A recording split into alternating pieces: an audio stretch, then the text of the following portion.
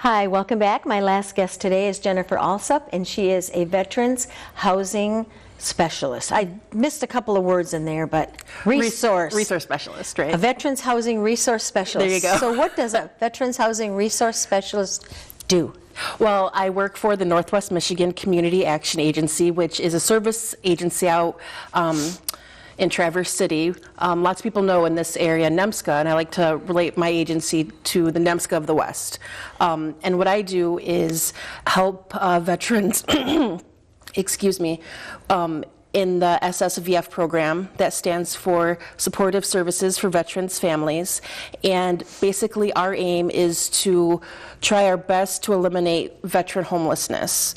And we do that in two ways. We have a rapid rehousing program, which helps vets that are literally homeless, and then a prevention program that helps vets that are that could be losing their housing and they might need just a little help to get back on their feet. Okay, and I know that your money comes from a grant, and it's very important that we use that grant in our area to help veterans who are homeless or who may become homeless. Right. The grant is through the VA that my agency uses, and it's really important to get the word out, especially on this side of the state, because not a lot of people know that we're out there.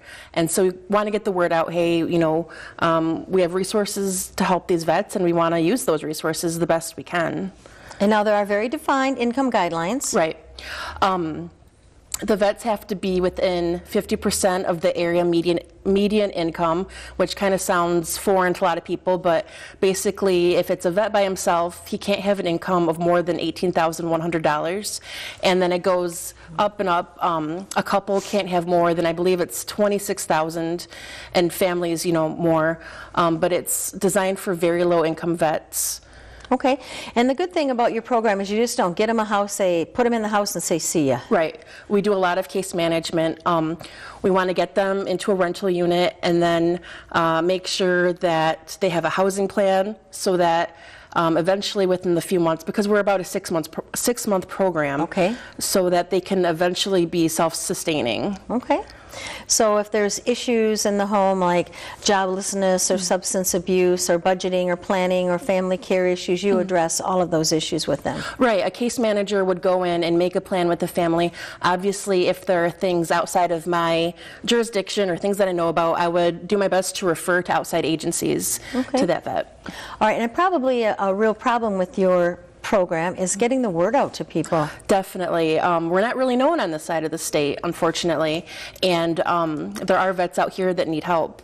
I cover Alpena, Alcona, Presque-Isle, Montmorency, and Iosco counties, and there are definitely vets out there that need our help, but we just need to make sure they hear about our program and know that we're out there.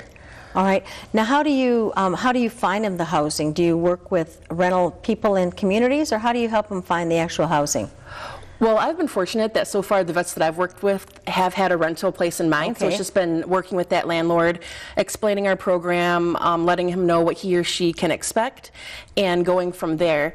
But if a vet doesn't know where he or she wants to live, we would just kind of pound the pavement, and maybe I would give them homework, so to speak, of, okay, you know your community maybe better than I do, maybe you know Lincoln better than I do. Let's pound the pavement a little bit, and you go out and see what there is, and we'll go from there. Okay. So what other kind of services do you offer? Apart from rent and first month's rent and security deposit, we can help with back rent, back utilities, transportation, sometimes even things like childcare in rare instances. Okay. All right. So how do people contact you? Well, they would contact our main agency in Traverse, and I have it right here. Okay. It is 1-800-632-7334. Or they can go to our website. It's nmcaa.net. Okay. And now, do you work with other agencies in our communities so that the services aren't redundant, so that there's not 5 people helping them do the same thing? Absolutely. That's the goal. In Michigan, in NMCA, we work with a continuum of care, which is basically a bunch of agencies coming to the table and exchanging information, the services that they can offer, things like that. And we also work closely with NEMSCA on this side of the state.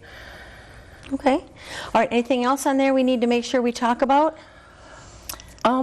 One of the things I wanted to get across is that the face of homelessness is changing. Okay. Sometimes people hear the word homeless and they think it's maybe just a guy out on the streets or in a shelter, but we've found throughout the state that families can be homeless. Oh, yes.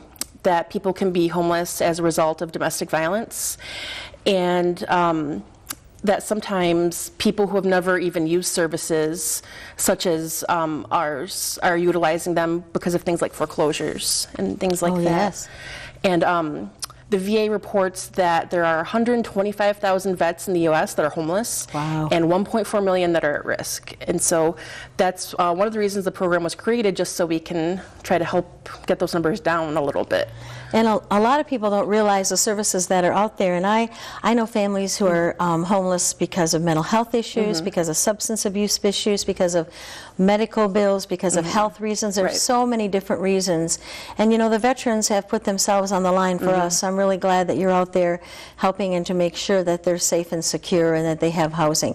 Absolutely. Now, and you don't actually have offices located anywhere here. They would have to contact you by the phone number or the website, correct? Yep, and it would get filtered down to me, and I would go ahead and contact the vet and set up a meeting and on a case-by-case basis determine if he's eligible.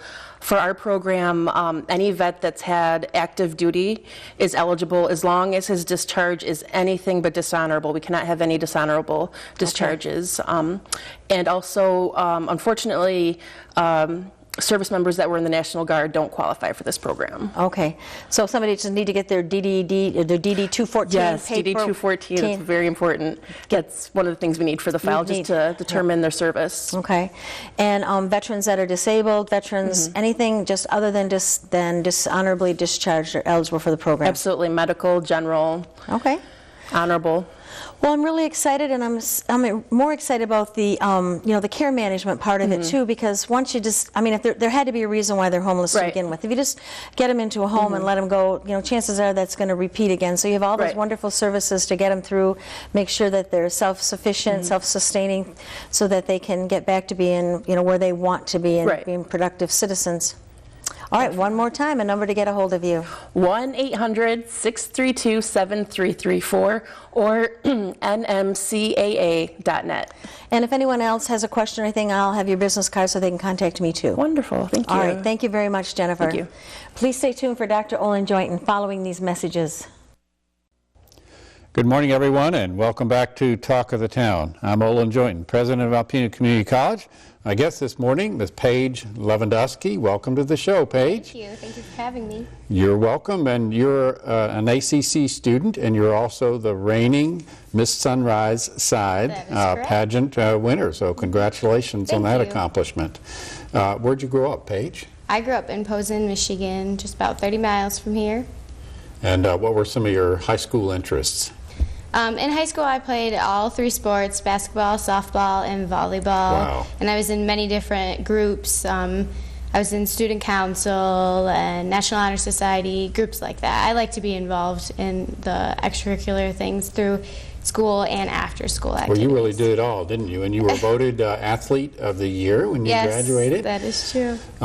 Now, then the transition to ACC, what motivated you to attend ACC when you probably could have gone lots of different places? Yeah, I got accepted to every college that I applied to with scholarships, but I was really, I didn't have the push to go to a different college right away. I really love my hometown, and I've always had a lot to do with Alpena too. I took dance lessons in Alpena throughout my life, and I thought that it would be good to start off my career having less debt as possible, and I have... Good idea. Yeah, I have taken all of my prereqs for the graduate program, and I have no debt currently, so I'm really happy about that. That's terrific. Combination of scholarships. Have you worked along the way also? Yes. A little income? Yes, I worked for the last 2 years, and I'm in softball season right now at ACC, so I currently have this spring off of work, because 18 credits and softball, I'd be pretty full, but... That's right. Let's take a little excursion into the Miss Sunrise side. How did you get interested in that pageant, and what were the qualifications that brought you to the top of that competition? I've always enjoyed being in pageants. In high school, I was in 2 different pageants, Miss Presqu'île and Miss Posen, and I really enjoyed being a role model for youth and giving back to my community. And so that's what pushed me to go to the Sunrise Side program. Also, there was a big scholarship for ACC. And in that pageant, there was a interview, a talent award, and you did a poised appearance on stage in an evening gown and in a bathing suit as well. Very good. Well, congratulations. Now, your time at ACC has been spent mostly taking the prerequisites for the physical therapy doctoral graduate program Yes, at that is Central correct. Michigan University, correct? So how's the time at ACC gone for you, or any particular faculty members or staff members been really helpful to you? Yeah, ACC's been great. It's like a glorified high school to me. I'm really comfortable, and I've met a lot of people, and it's a lot of familiar faces as well. And I have really enjoyed a few teachers. They've specifically helped me along the way. Vicki McCoy, I took an anatomy class with, Yeah. and that's really strongly correlated with my degree and what I'm going into. And she had a great way of teaching the class, and I really enjoyed it. That's and good. along with her, Kendall Sumricks is my chemistry teacher, and I've had him for 2 semesters, and he really cares about his students in and outside of the classroom, and I've really enjoyed getting to meet him as well. Well, that's great. 2 outstanding staff members there Yes, and they are. faculty members. And now, again, your next move is to transfer to Central Michigan University in physical therapy. Yes. How did you get interested in physical therapy? When I was in 11th grade, on my first day of basketball season, I rolled my ankle, and I had a 3rd-degree ankle sprain with all torn ligaments, and I was told that I wasn't going to be able to play that year. And I went to therapy right away the next day, and I got it going really strong, and I didn't miss a beat. I didn't miss my first game, and Right. I always was interested in that field, but after having that experience, it pushed me even more towards So that you've field. seen it from a beneficiary point of view, and Yes, you'd like yes. to pass it on to other people, given Definitely. that kind of benefit. That's great. What is the program like at Central that you'll be facing? How long, and what kind of courses do you take? The program is about 8 years altogether. It's like a year of prereqs and 3 years of undergrad and 3 to 4 years of graduate school as well. And it's a lot of hands-on clinicals, learning about injuries and sports-related injuries, accidents, anything like that. So there's a lot of hands-on to learn about those type of things. I think after you finish your education for it, you have to take a license exam. Yes. Is that right? Also, Yes. to be a Yep. licensed physical therapist? I have to take a graduate exam to get into a state exam to get into the graduate school, and then afterwards I have to take another state exam Kind of to like a get my nurse would do, license. or a physician, or an Yes. attorney. That's great. That's a field where the requirements have been upgraded over the past 10 or 15 years. Yes, it used So- to be a master's just a few years Okay. ago. I think even before that, it was a bachelor's degree. Probably. And so as these fields get more complex and people study a broader range of subjects, the requirements go up, and that's great. Are there other physical therapy schools in Michigan that you considered? And if so, well, why did Central? Yeah, there's several other schools. I strongly consider Grand Valley, but the price of Grand Valley is substantially higher than Central as well. Grand Valley made it aware to me that they don't necessarily like to accept their undergraduate students into their graduate program. Okay. And I thought that was unfortunate because I wouldn't want to get attached to the school Right. and enjoy the program and then have to possibly transfer if I wasn't accepted into the graduate program. No, that's good. It's good that you have your eye on the ball of the cost of college. I was just Yes. reading an article yesterday about a student at University of Michigan in a graduate program, and just kind of waking up to the fact of, oh my goodness, I've got $91,000 of debt, and I've still got 2 years to go. And what's it going to be like for me afterwards? I mean, not that education isn't a good investment, but if you can get through the way you're doing, you'll have more opportunity once you start your career. Speaking of career, what are the career prospects like for physical therapists, and where do you hope to practice? I really enjoy this area, and so I'm hoping to be able to get a job in in this area. I would like Roger City or Alpena in particular, but Petoskey is a very nice area that I'm interested in as well. And I hope to do my on-the-job training. We have to do 1 year of that. I hope to do that in this area as well. That's great. Well, you certainly are a bright and shining star for many people. You're setting the example, as you talked about in the pageant, for others to follow. Thank you very much for coming to ACC and for being on the program today. Thank you. This has been Talk of the Town with Nancy Smitham and Dr. Olin Joynton. For a list of events taking place in Northeast Michigan, visit our website at WBKB11.com and click on Community. This has been a Thunder Bay Broadcasting Corporation production.